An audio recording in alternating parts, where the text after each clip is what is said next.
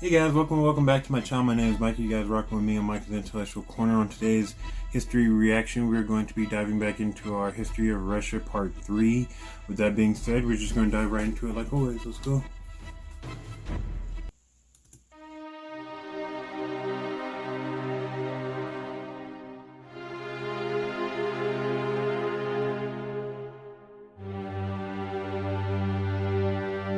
In the early 1700s, Peter the Great's reforms put Russia on the path to becoming a great European power.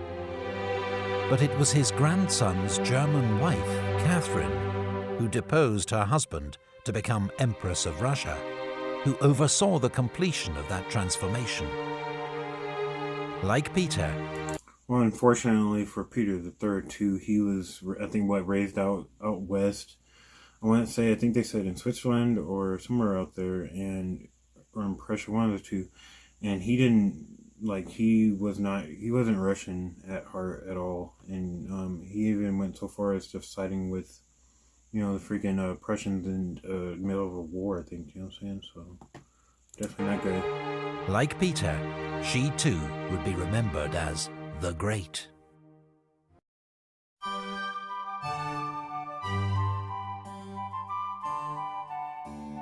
Catherine was a student and admirer of the French Enlightenment, and even corresponded with the French philosopher Voltaire. She reigned as an enlightened autocrat. Her power was unchecked, but she pursued ideals of reason, tolerance, and progress. Catherine became a great patron of the arts and learning. Schools and colleges were built. The Bolshoi Theatre was founded, as well as the Imperial Academy of Fine Arts, while her own magnificent collection of artwork now forms the basis of the world-famous Hermitage Museum. Catherine encouraged Europeans to move to Russia to share their expertise, and helped German migrants to settle in the Volga region, where they became known as Volga Germans. Their communities survived nearly 200 years, until, on Stalin's orders, they were deported east at the start of World War II. Catherine's reign... I'm surprised they weren't deported earlier and started World War I. Actually, I kind of am a little bit surprised at that. I would actually kind of think of that to be so. Start of World War II. Catherine's reign also saw enormous territorial expansion. In the south, Russia defeated the Ottoman Empire, winning new lands, and the fortresses... Yeah, if I'm not mistaken, shouldn't the Kingdom of Wallachia and Moldova be right there, sandwiched between Austria and Ottoman Empire in this map? Obviously, it's not going to be like that, but perfect. But that's what I'm thinking. Two states still existed throughout time. Empire, winning new lands, and the fortresses of Azov and Kerch. But then Catherine faced a major peasant revolt, led by the renegade Cossack Yemelyan Pugachev. The rebels took many fortresses and towns, and stormed the city of Kazan, before they were finally defeated by the Russian army. Catherine then forcibly incorporated the Zaporozhian Cossacks into the Russian Empire, and annexed the Crimean Khanate, a thorn in Russia's side for 300 years. Russia's new lands in the south were named Novorussia, New Russia. Sparsely populated, they were settled by Russian colonists under the supervision of Prince Potemkin, Catherine's advisor and lover. And so, obviously I'm learning a lot right now too, because I thought, I don't know why I thought this, but I thought that they had won the Crimean Peninsula from the Ottoman Empire, but I guess not. So, and lover. The Polish-Lithuanian Commonwealth, exhausted by war and at the mercy of its neighbors, was carved up in a series of partitions, with Russia taking the lion's share. Poland did not re-emerge as an independent nation until 1918. or at least partly independent. Because I mean, wouldn't they become, I think, partly independent with in the Napoleonic Wars with the Duchy of Warsaw, if I'm not mistaken. Let me know if I'm wrong, but if I'm not mistaken, that was for them. Russia inherited a large Jewish population from Poland, who, Catherine decreed, could live only in the so-called Pale of Settlement, and were excluded from most cities. In France, the French Revolution led to the execution of King Louis XVI. Catherine was horrified, and in the last years of her reign, completely turned her back on the liberal idealism of her youth. I wonder how all the monarchs felt about whenever they heard that they chopped his head off. I wonder, like, that's pretty big news, you know what I'm saying? Especially for a monarch at that time. Liberal idealism of her youth. 3 years later, Catherine died, ending one of the most glorious reigns in Russian history.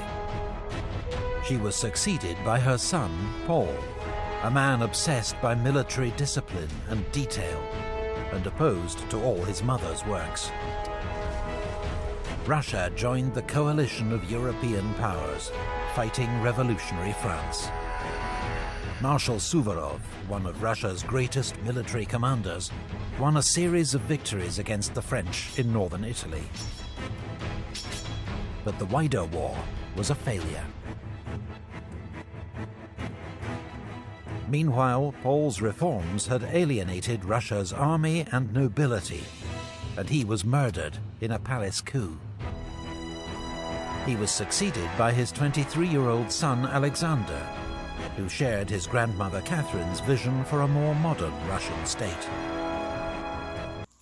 I wonder how these monarchs felt whenever their parents would just be brutally murdered, just like that, and then they would have to act like, you know, essentially nothing happened, or would they go on a revenge plot to try to at least avenge their parents and then, you know, go on ruling and stuff like that? Cause that was crazy. His vision for a more modern Russian state. His advisor, the brilliant Count Mikhail Speransky, reformed administration and finance. Yet the emperor refused to back his plans for a liberal constitution. Ultimately, it was war with France that would dominate Alexander's reign.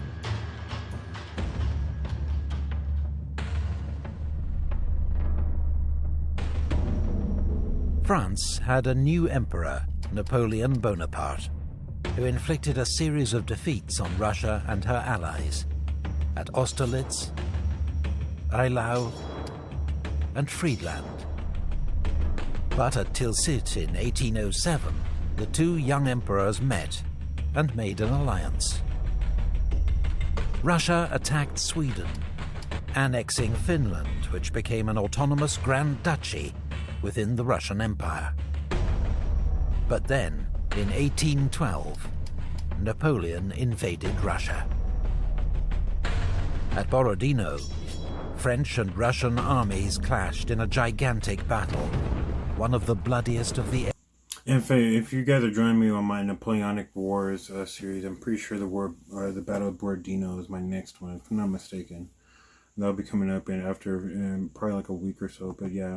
One of the bloodiest of the age. Napoleon emerged victorious, but the Russian army escaped intact.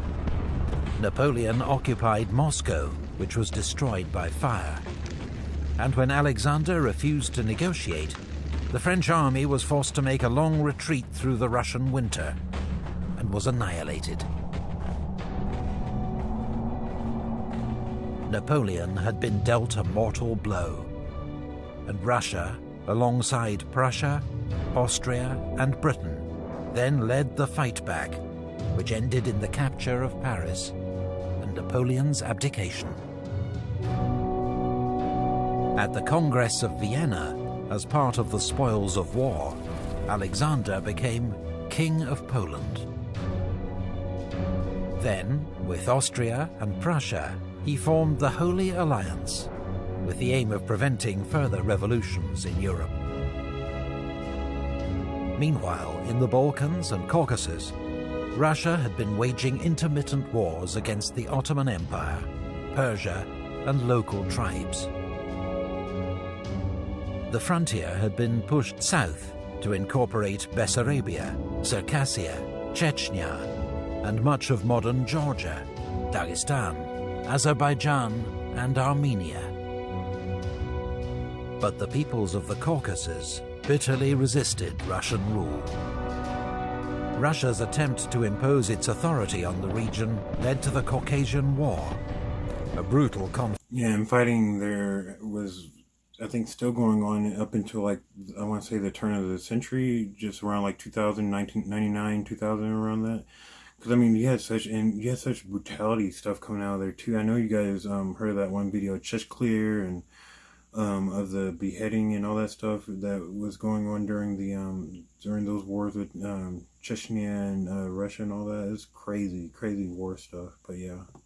On the region led to the Caucasian War, a brutal conflict fought amongst the mountains and forests that would drag on for nearly 50 years.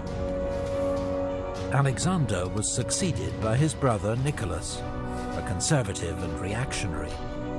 But parts of Russian society had now developed an appetite for European-style liberalism, including certain army officers who'd seen other ways of doing things during the Napoleonic Wars.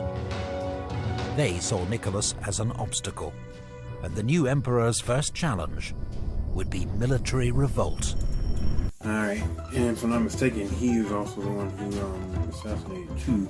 But thank you guys again for joining me in another episode of Mike's Intellectual Corner. Please join me on my next episode. I'll see you guys when I see you. I'm out. Thank you, I'm out.